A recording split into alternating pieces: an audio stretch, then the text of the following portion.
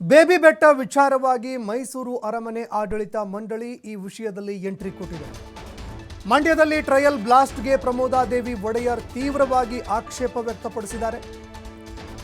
Trial blast ಸಂಬಂಧ Mandya DC ಅಧ್ಯಕ್ಷತೆಯ ಸಭೆಯಲ್ಲಿ ವಿರೋಧ ವ್ಯಕ್ತಪಡಿಸಿದ್ದಾರೆ. ಇದಕ್ಕೆ ಸಂಬಂಧಪಟ್ಟಂತೆ ಮಂಡ್ಯ ಡಿಸಿ ಅಧ್ಯಕ್ಷತೆಯಲ್ಲಿ ಸಭೆ ನಡೀತಾ ಇತ್ತು.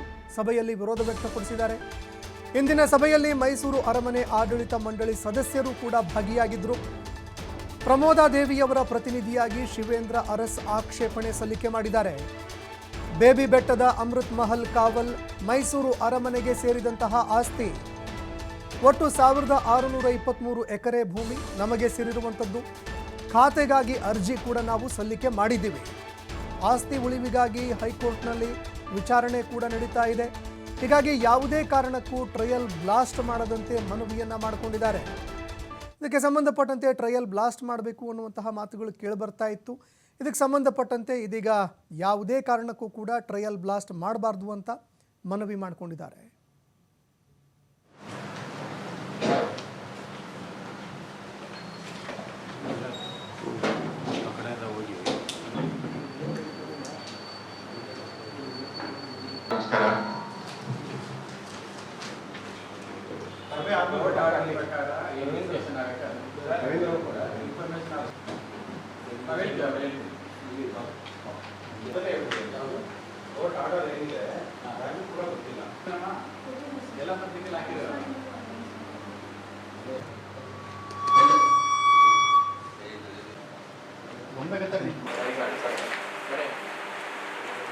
ನಿಂತ್ಕೊಳ್ತಿರಲ್ಲ ಹಾಗೇನೆ